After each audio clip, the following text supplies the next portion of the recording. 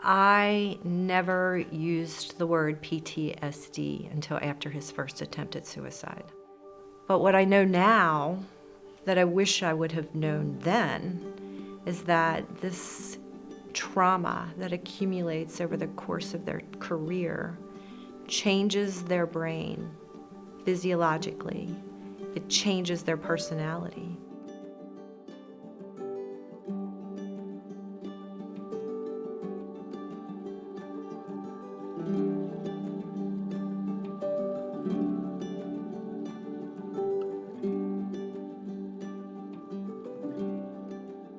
What I saw was a man getting older and crankier, was really a man that maybe was also suffering from some mental health illness, PTSD.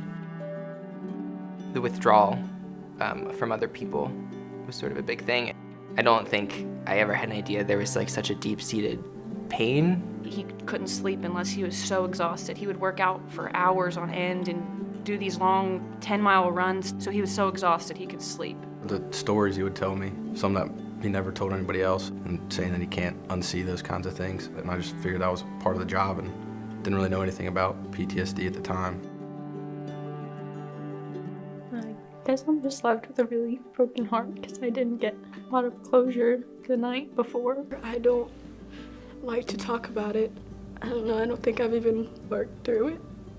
The pain that he was in, that might be gone, but I struggle with it every day. I got 2 little boys that don't have a grandpa. The Chip Terry Fund was created very rapidly right after he died.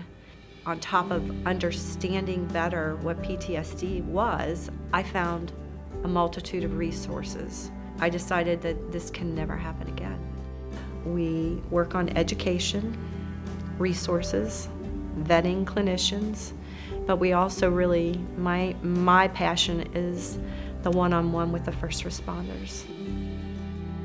There's a lot of people out there, usually the older generation, that they see it as a sign of weakness to go get help, and so they just hide it, push it down, and do whatever they can to not show it, but it catches up in the long run.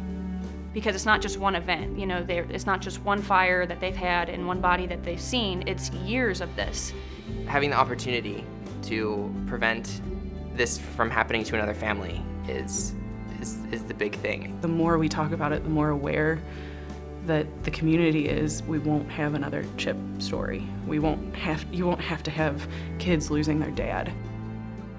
If you see that they're angry and the road rage is worse and the substance abuse is worse and they're withdrawing from your family, these are all signs that occur so gradually that you don't recognize it as PTSD. It doesn't come on suddenly.